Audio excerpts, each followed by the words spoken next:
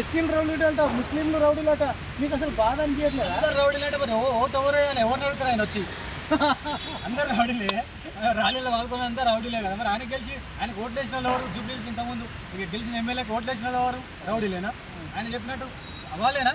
మీరే అంగీకరిస్తారు కదా, దొంగ ఓట్లు ఆ ఓట్లు అని. 10 ఏళ్ళలో ఎవరున్నారు? ఈ ఓట్లు ఎవరు ఆధ్వర్యంలో ఎన్రోల్మెంట్ అయినాయి? లేనిపోని అని చెప్పి ప్రపాకాండ సృష్టించి ఏది నిప్పు కాల్చి పంట కాల్చి మీద చేసి ఏదో గెలుద్దాం అనుకుంటారు. కానీ అది 100% కుదరదు. ఒక బీసీ బిడ్డ, బీసీ సంఘాలే కాదు, యాదవ్ సంఘాలే కాదు, అన్ని సంఘాలు కలిసి నవయువ నిర్మాణం కోసం ఒక యువకుడు నిలబడ్డాడు. ఆ యువకుని వెంట ఈ యువకులు ఉంటారు 100%, దాని ఎలా డౌట్ లేదు. జై నవీన్ అన్న.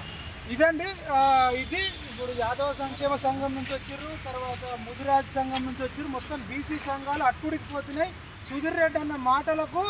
అసలు సుధీర్ రెడ్డిని ఇప్పుడు కనబడితే కూడా నిలదీసేటట్టున్నారు. అసలు మనిషివా పశువా అంటారు సుధీర్ రెడ్డిని. కడుపుకు అన్నం తింటుండా, సుధీర్ రెడ్డి గడ్డి తింటుండా అంటున్నారు.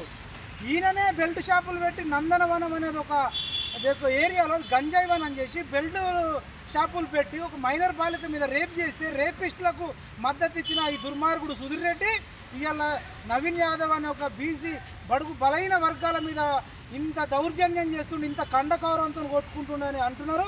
అదేవిధంగా లక్ష్మి అనే ఒక బంజారా బిడ్డను పోలీసులతో అయితే కొట్టించిన దుర్మార్గుడు సుధీర్ రెడ్డి అని చెప్పేసి అంటున్నారు.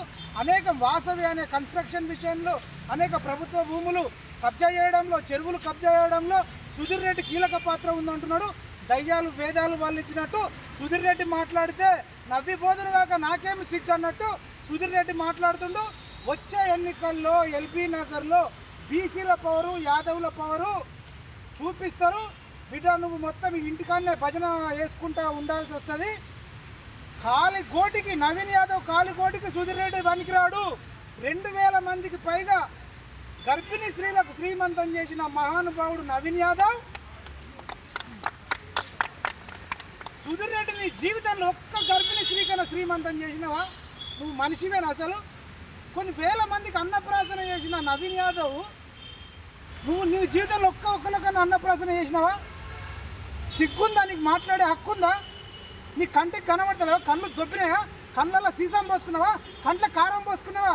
వేల మందికి శ్రీమంతం చేసింది, అన్నప్రాసన చేసింది, వేలాది మంది అబ్బాయిలకు నిరుద్యోగులకు కోచింగ్ మాట్లాడింది. నీ కళ్ళు దొబ్బినాయా? తెలియదా నీకు? కావాలని యాక్టింగ్ చేస్తున్నావా? మదం ఎక్కిందా? మస్తికి వచ్చినావా? కండ కావరమా అని అడుగుతున్నారు. ఒక వెలమదొర కేటీఆర్ అనేటోడు కళ్ళు దొబ్బినాయా నీకు? కేటీఆర్ కనబడతలేవా?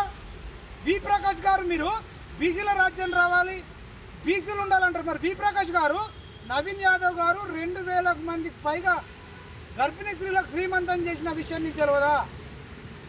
శ్రీమంతం అంటే ఆషామాషి కాదు. మంచి చీర పెట్టి, పట్టు చీర పెట్టి, పండ్లు పెట్టి, 5-10 రకాల పండ్లు స్వీట్లు పెట్టి సన్మానం చేసి వాళ్ళని గౌరవించుకుంటే రేపు భవిష్యత్తులో పుట్టబోయే బిడ్డలు సమాజ సేవకులు కావాలని ఒక మంచి ఉద్దేశంతో ఈ దేశంలో ఎవడు చేయని తాటు నవీన్ యాదవ్ చేస్తే కనీసం అప్రిషియేట్ చేయాల్సిన వి ప్రకాష్ అప్రిషియేట్ చేయకుండా బీఆర్ఎస్ గెలుస్తుంది, కేటీఆర్ గెలుస్తాడు.